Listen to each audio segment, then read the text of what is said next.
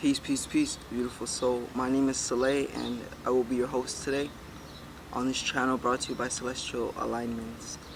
Now, for those of you who know, you know that I had a near-death experience when I was 14. I'm 22 now, but I say near-death experience, but in reality, I had flatlined. They wrote down my death time and all these other things. And so I today wanted to share with you guys my story and my experiences. So before the story begins, I do want to start off by showing my scars. So I got shot in the chest. The bullet pierced my lung and then it exited through my lower back. So as you can see, that right there, the scar right here, they had to cut me open because my lung had a hole in it and my heart had stopped beating eventually, you feel what I'm saying? So they had to cut me open and all that. But anyway, so that right there, that's where the bullet went through. And it's crazy because I'm a Gemini, but I have a lot of Gemini placements. And the lungs are ruled by Gemini, you feel what I'm saying? And it was like me getting shot in the chest affected my hand, especially my right hand, you feel me? And Gemini also rules the hands. But anyways, when I was 14 years old, let's go back 2 years prior to that. So 4 years prior to that, when I was 8, I came to America, from Africa. And I ended up, naturally I would rather say I'm a rebellious individual. I don't mix well with authority. I would rather be my own authority. I would rather be put in positions to lead rather than follow, you feel what I'm saying? And so in school, you feel me, it didn't make sense to me. So I clashed, and I was always getting in trouble. But most likely it's because I have my Mars in Sagittarius and I have my Venus in the 8th house, And the 8th house is ruled by Scorpio, and Scorpio is a very troublesome sign. Wherever Scorpio is, trouble follows. But anyways, so yeah, in school, didn't really get along. And I fit more so with like the bad kids, they would call them. But these were the unconformists, right? These were the kids that were, smoking weed, ditching school, doing what they wanted to do. And that was me very much, So I was always in trouble, but with school. But the reason I'm bringing up the story is when I was 12, this was 8th grade, you feel what I'm saying? And so a group of classmates, right, I should say, we're all 12. So me and boys, that were around my age, from 12 to 14, was like the age frame of this group of 5 people, with me included. So we look at each other and we decide, and it's lunchtime, meaning we're at recess and we're having lunch, and we're like, yo, let's ditch. And so I wanted to ditch too, and so everyone ditched. So we go to the back of the school, and so there was a gate. So we all jump it, and then we walk like 10 minutes into a neighborhood away, next to the school, but kind of away from the school. And so then one of the kids that I'm with, he pulls out a pipe. And so this is a weed pipe. And so this pipe also had 6 chambers in it, you feel what I'm saying? And so there were 6 different bowls you put weed in. And so he pulls it out. I don't smoke weed, you feel what I'm saying? I don't even know what it is. But it definitely caught my attention, and I became curious, curious Gemini. And so I start asking questions like, what is that? Like, and I see them like smoking it, and I'm like, yo, that's so cool, can I try it? And so they look at each other and they laugh, and then they give it to me, and then I hit it. And then I start to feel the subtle differences, but they weren't really smoking a strong strain like that. It was mid-range, so it was very mellow. You feel me? So I hit it. So now I'm moving in slow motion. Pretty much everyone is ahead of me, but I'm behind, and I'm walking slowly, and I'm just feeling the effects of the cannabis, you feel what I'm saying? And so then my peers, right, they were looking for a house the whole time to break into. So they find a house, they go to the house, and the whole time I'm thinking this is one of their houses. And so they knock on the door, no one answers, and then they go and jump in the backyard, right? And the whole time I'm thinking, one of their houses, until one of the housemates grabs a brick, you feel what I'm saying, and shatters the window, then opens the window and goes in. And so then I'm like, yo, at this point, I'm high for my first time, and I'm witnessing crime for my first time. You feel what I'm saying? So I'm just like, what the heck? And I'm just not mesmerized. That's not a good word, not the right word to use. But I was just hypnotized. Not even hypnotized, but just, I would say hypnotized. I was like, what the fuck? And I was just confused, like what they were doing. But then, the saying goes, birds of a feather flock together. And so what had happened was, eventually I started to break into houses like they did. And so this weed addiction of theirs was, sustained through burglary, essentially. They were breaking into houses, pawning things, making money, getting more weed. So what they did, I started to do. Fast forward, 2 years later, now I am 14 years old, and I've been breaking for the last 2 years. It's been a consistent thing. It was me, a couple of other classmates, And so one day, it's a Wednesday, it's September 23rd, 2015, for what I'm saying, and it was like around 10:30 a.m. So school begins late, and I was a freshman at this time. So school, high school, every Wednesday we had a late start. So instead of 8 a.m., we go to school at 10:30 a.m. You feel me? But because this was the first Wednesday of the month, it was an extra late start. So instead of 10:30, we went to school at 11:30. So we had all this time on our plate. And so me and my friend were in this townhouse community, and there's like these nice big, those cookie cut houses, in a sense that they're the same, you feel what I'm saying, townhouses, a community like that, So we're in the park and we're sitting and we're smoking weed, and so we only had a little bit and we smoked all that we had. So we're done, and I'm looking at my friend like, hey bro, like, I'm not high. Like, let's go get more weed. And so I'm a Gemini, he's a Cancer. This is relevant, you feel me? Gemini, intellect, right, logic. We think, we're more based on thinking, but then Cancer is more based on emotion, feeling, you feel what I'm saying?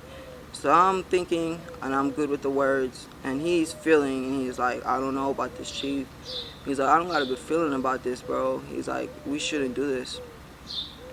The Gemini, of course, is gonna persuade, so I persuade him, And I'm like, bro, no biggie, my dude. You're just going to be the lookout. Like, what's, like, you're gonna, like, dude, just do it, peer pressuring him, technically. And so then he breaks in, he's like, all right, fine, I'll be the lookout. So we find a house, we knock in the house, we think no one's home, as if people don't answer their doors, you know what I'm saying? And so then we go to the front door, the back door, and I jump into the backyard, he's in the alley, you know what I'm saying? And so then I shut the window, open the window, But right once I opened it, there was a guy standing in front of me with a gun, and he's like, don't move or I will shoot you. So for reasons unknown, I think he's not about that life. Reasons being of his appearance, the way he looked, he was a middle-aged Caucasian male. I don't know, So I don't know why, but I thought he wouldn't shoot me. And so, those of you who smoke weed, you understand that weed, at times, it can take a while to kick in, meaning you smoke and then 30 minutes later it kicks in, you know what I'm saying?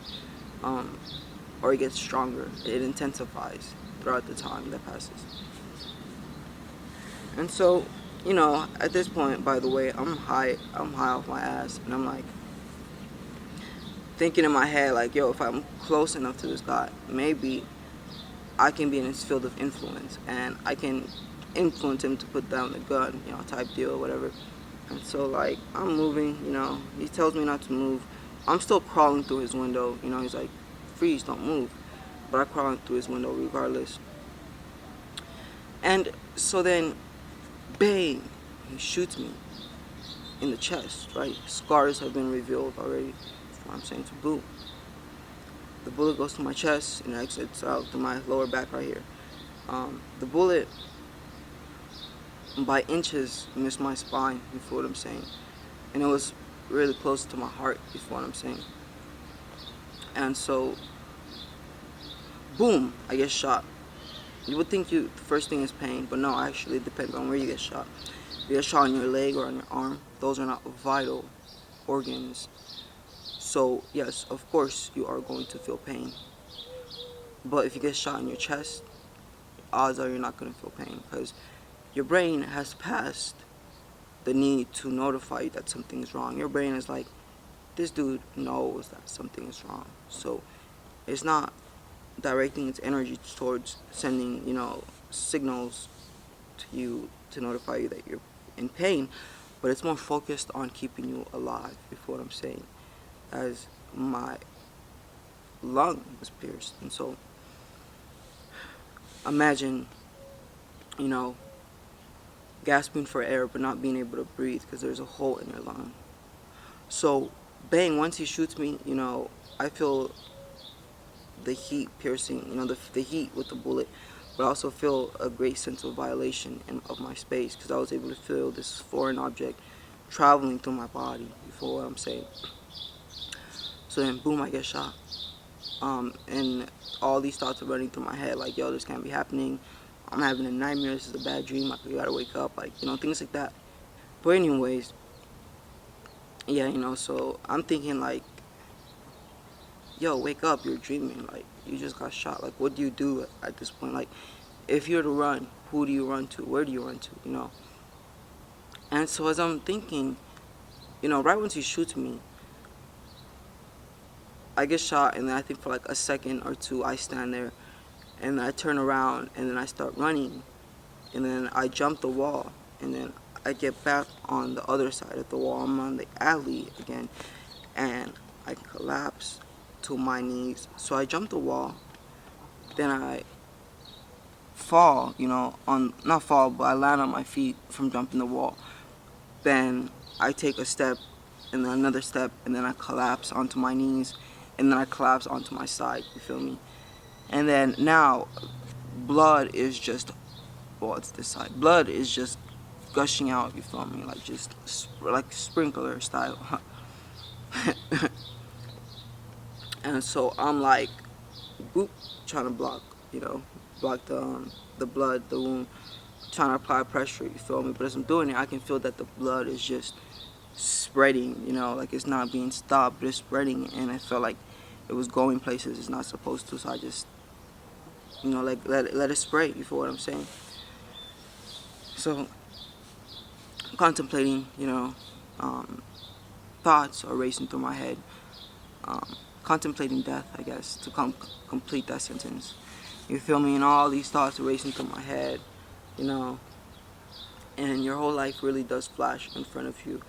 I seen, because it said that right before you're born, your brain releases an immense amount of DMT, DMT, you feel what I'm saying? Which is a hallucinogenic chemical that your brain produces. But then, before you die, your brain also once again releases a load of DMT. DMT being a hallucinogenic, that's why I was I seen those experiences from my past, yeah, my childhood to like my first romantic encounter. Of course, kiss, because I was 14 at that time. I wasn't one of those 14-year-olds, X, Y, and Z. But anyways, that's aside from the point. So yeah, everything flashes in front of me. Like my voyage. I hope that's the right word. My voyage to America. You feel me? My migration, like that experience. All of it just flashed through my. You feel what I'm saying? So anyways, at this point I'm on the ground, and at first I was terrified because I was thinking I was gonna die and go to hell, because that had been my programming up to date. You feel what I'm saying? So I'm like, fuck, I don't want to die and go to hell. Like I'm thinking that I'm gonna be punished for all my sins, that I fucked up, and I'm so scared. And I start praying. I pray to God. I'm like, God, I'm sorry. Please forgive me. Give me a second chance. I promise if you do, I'll be a saint. You feel what I'm saying? And so after a while, I was struggling and fighting, to stay on this realm, because I had to fight and struggle to stay on this realm. Also I'm fighting to breathe, and I can't. You feel me? So at the end of the day, at one point, I was like, I stopped trying to struggle. You feel me? And I just became at peace with the fact that this is reality, and and I started to take responsibility, and I thought to myself, like,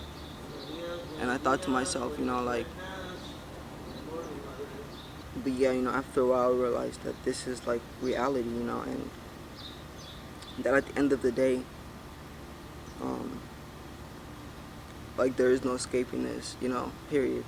And so I became at peace with my situation, and the moment I became at peace with my situation, like, yeah, like it sounds, peace, right? So a great sense of like peace and bliss and okayness just started to flow through my body. You feel what I'm saying? And then seconds after that experience of letting go and surrendering, I end up, leaving my body. You feel what I'm saying? Like, and so I'm on the floor, laying down on an alley, and then I start to feel myself floating. You feel me? In a sense that I start to feel myself ascend or elevate, you can even say. You feel what I'm saying? And I'm looking around me, and I'm seeing everything at once, 360 vision. You feel what I'm saying? And so I'm ascending, and everything's 360 vision, and I feel light. You feel me? I feel at peace, and I want to share this real quick. A lot of our traumas, a lot of our pain, a lot of our emotions are stored within our bodies, because it's through our bodies that we receive these pains, these wounds, these scars. You feel what I'm saying? It's through the body. You feel me? So when you detach from your body and you're not dwelling within your body, you let go of weight, you let go of baggage. You feel what I'm saying? And you feel lighter. You feel what I'm saying? And so that's why meditation, for example, is a valuable practice to have, because it helps you balance your internal reality. You feel me? Center yourself. Find calm in the storm. You feel me? And that's why it's valuable. But anyways, yeah, so I pretty much I elevate, and I'm going up, and as they say, you're going up into a light. That was my experience very much. I was going up into a light. Before I'm saying. And so this light, to this day, I think was the sun. Because think about it, you're going up into the sky, and you're going into a light. What's up there? That's a light. That's the sun, So I go into the light, I go into the sun, and then that point of contact between me and the sun, or the light, you feel me, the portal.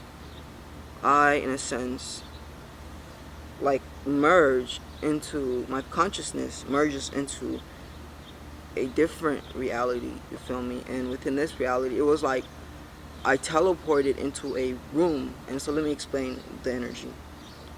So I'm going to the light. I remember straight up laying on a bed, you feel me, or something, and like getting up, you feel me. And so this very much felt like a facility, no cap, you feel me. But anyways, it's not like a hospital or anything, like a facility in the astral plane. So when I go into this light, the world that I find myself in, first and foremost, isn't this one. There are no colors. There are no colors or textures. You feel me? Like everything is just light, straight up. And like the people are made of light. The ground is made of light. You feel what I'm saying? Everything is made of light. You feel what I'm saying? So on the side of me, I see a line. That's my left. On the left of me, you feel me? I see a line of individuals, on what appeared to be an escalator, and they were like moving, you feel me, and there was this energy that they were being moved somewhere else, like they were exiting this realm, and so I later learned that where I was the in between, limbo. There's so many names to it. I think people also call it, the purgatory, you feel what I'm saying, purgatory. So yeah, I wasn't completely dead yet, but I wasn't alive. So, right, these beings on my left, they were exiting, they were leaving. And so me, I'm just getting up from this bed. And you know how in the morning when you wake up, of course, depending on how tired you are and the quality of sleep you had and all these other extra variables, you technically tend to feel like, kind of like you're in a sense of amnesia, you feel me, or awaking from a deep sleep type energy. Yeah, that's the best way to put it. Awaking from a deep sleep, So what happened was I woke up and I didn't have remembrance of my life experience on Earth. So I'm straight up like, yo, what just happened? Like, well, actually I did have certain degrees of remembrance. It was like 1 minute I was on Earth, the next minute I was here, but I forgot that I died, And so these elderly beings, right, so I'm right here, and I just got out of the bed, right, which is made of light. Everything is made of light. And so within this space, you feel me, the atmosphere is very calm, is very chill. You can tell that not too much is going on, you feel me, and the energies here are refined. The things that are supposed to be happening here are happening here, you feel what I'm saying? And it's just very peaceful and very blissful and very calm, you feel me? And so in front of me, there are these two elderly beings, they're sitting on these seats that are like thrones, you feel me? And so thus you can tell they have their authority, you feel what I'm saying? And so, yeah, they have their authority, you feel what I'm saying? And so I look at them, and there's just straight up this, telekinetic, not telekinetic, but telepathic connection, you feel me? And so I don't even say it, but I'm technically thinking it. And I'm like, what happened? And they're like, you don't remember? I'm like, no. They're like, well, you see, you died, you feel me? And so they tell me that I died, you feel me? And so I'm like, what? And then, yeah, they fill me in, they fill me in on how I just got shot and how I got rushed to the hospital and all this other stuff. But then they go on to let me know that I came to Earth, you feel what I'm saying, with like a purpose, a mission, you feel what I'm saying? Because those of you who know that we are in, changing times, you feel me, very transformative times, right? Some of us say that there's like a spiritual warfare, right, in the spirit realm. But so, we can say God's angels were called on this earth to assist, you feel me? And we answered the call, you feel what I'm saying? And so at first, when they told me that I had this purpose, this mission, I was like, what are you guys talking about? Because until that point, all I really knew was street affiliate related things, I was being programmed by the rap music I was listening to, Then everything in my physical reality was regurgitating that information to me, so it was crazy, all bad. So then I'm like, I must go back to Earth. At first, no. Yeah, at first I wasn't sure, but then out of like, I didn't know what they were talking about. Out of nowhere, like, this energy of enthusiasm just started flowing through me, as if a force higher than me started sending it to me. So my higher self, you feel what I'm saying? Like, that's what it felt like. Like, out of nowhere, like, this energy was like, yeah, you need to do this. And so I started like proclaiming that I need to go. I need to go back. Like, let's do it. Like, I needed to go back. You feel me? Enthusiastically, I was like, I need to go back. I need to go back. And so meanwhile on Earth, they rushed me to the hospital, St. Jude's Hospital. And so they operated on me. You feel what I'm saying? And like, yeah, they operate on me. So they operate on me. Hence the scars. They cut me open. I'm in critical condition. Vitals are failing in X, Y, and Z. You feel me? And so like, they operate on me, they cut me up, they, rush, you feel me, fast, critical condition. So they tried to save me, but I flatlined. This is on Earth, I'm having, these are experiences with my meat suit, right? But I'm somewhere else having a whole other experience. So two simultaneous experiences are happening, right? And so then I'm like, so on Earth, they tried everything, because after a while my heart just stopped beating, it flatlined. They tried to like manually get my heart to start. They did the scrubs and they did everything in their book. And then after a couple of failed attempts, they pronounced me dead, wrote my death time. It was like 11:44, 11:45 a.m. You feel me? I got shot and then I died an hour later. And so, yeah, I get pronounced dead. They tell my mother, that I didn't make it. One of the surgeons or the doctors go out and they tell her that we apologize, but your son is dead. Prior to this, my mom had told me that. And a lady with an elderly vibe, you can even say, but more, she said gypsy, like mystical type energy vibe, pull up on her, and she asked her, she was like, is that your son in there? And my mother was like, yes it is. And so she told her that, well, of course she didn't say it enthusiastically like that, because, she's scared, everyone's scared because of the circumstance and situation, you feel what I'm saying? And so this lady assures my mother that all is well and that I am going to be okay, you feel me? 5 minutes later, the hospital informs my mother that I'm dead.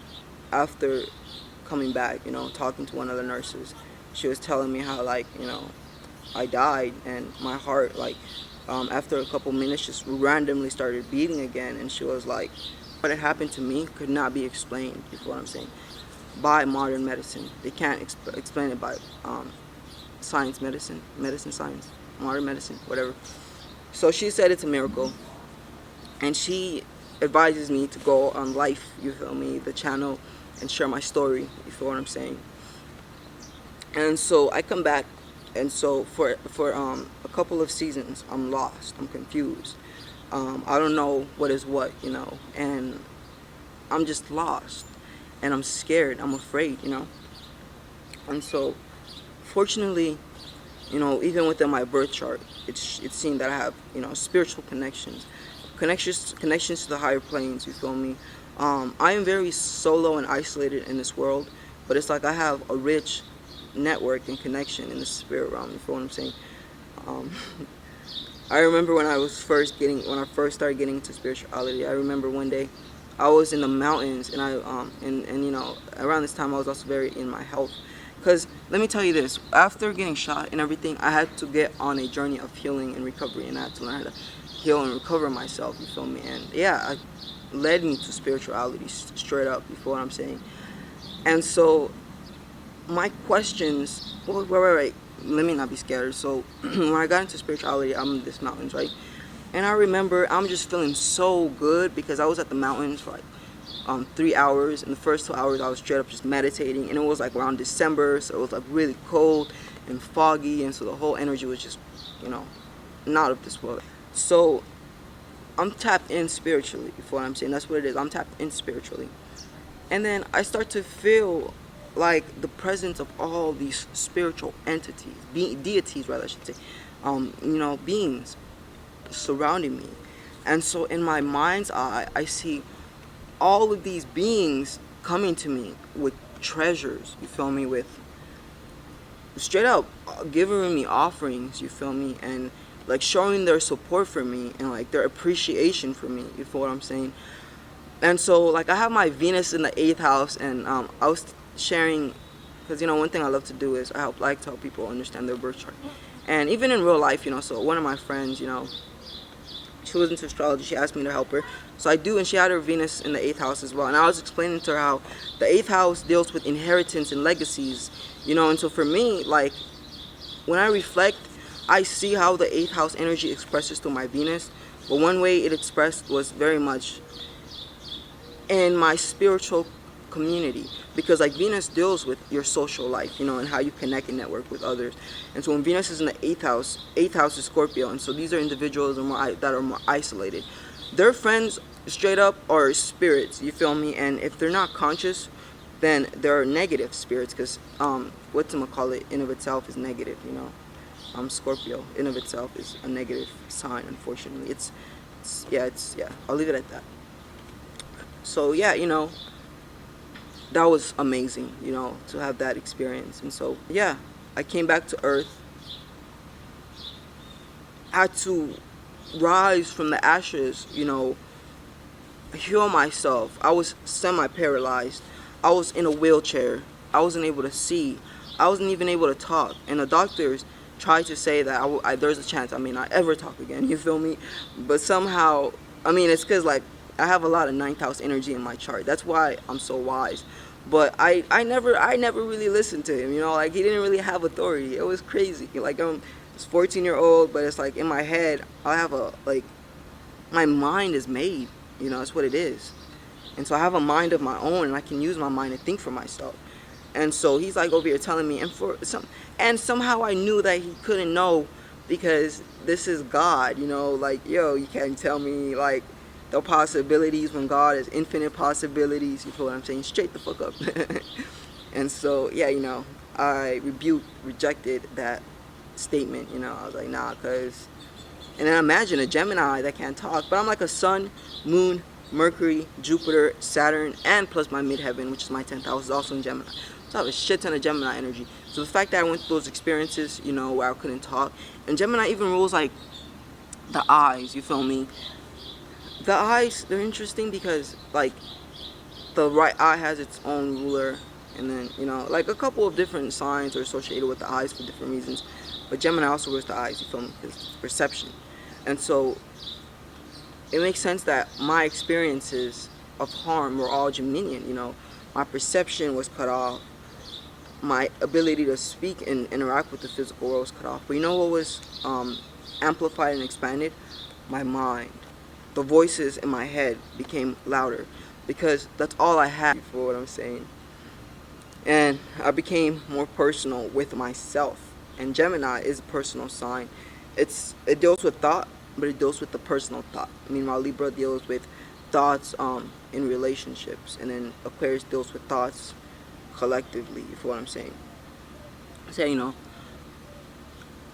that happens, and then my awareness internally just expands, you know, because I can't see, yo, this shit is deep, and like the more I tell the story, the more layers I reveal to myself.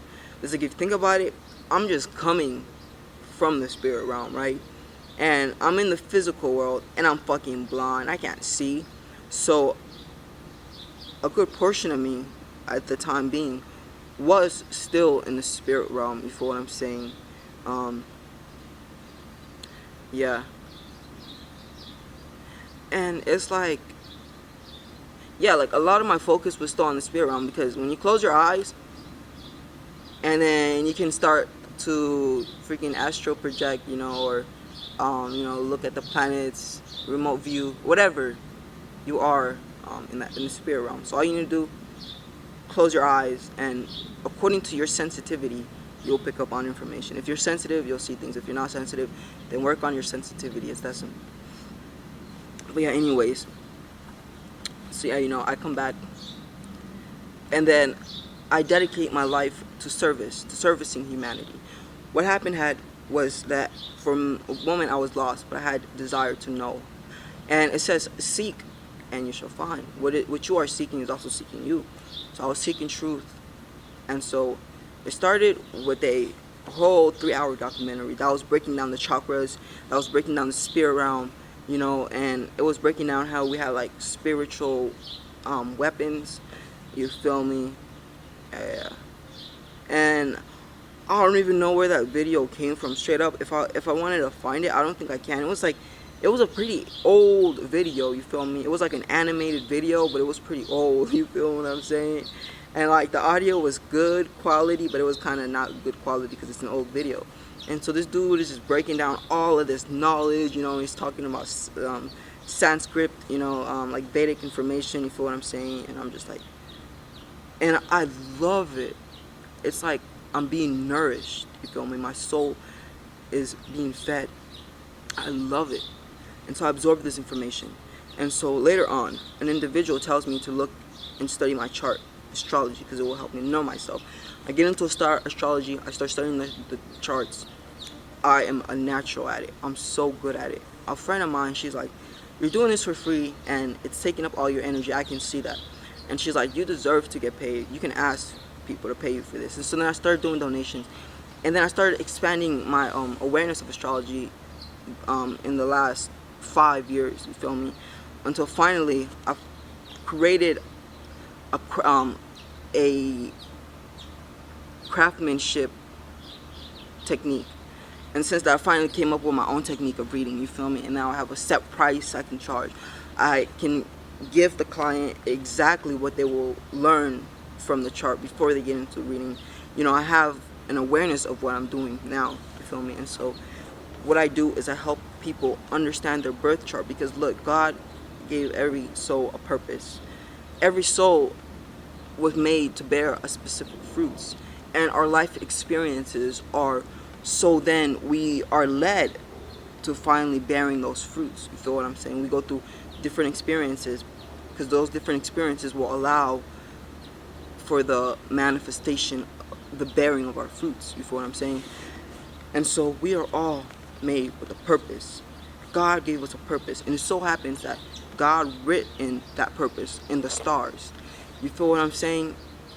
And they don't want you to look at the stars. They don't want you to read the stars, because we do live in a world where information is controlled, and where people want to control, and there are a select group that desires power over the many. You feel me?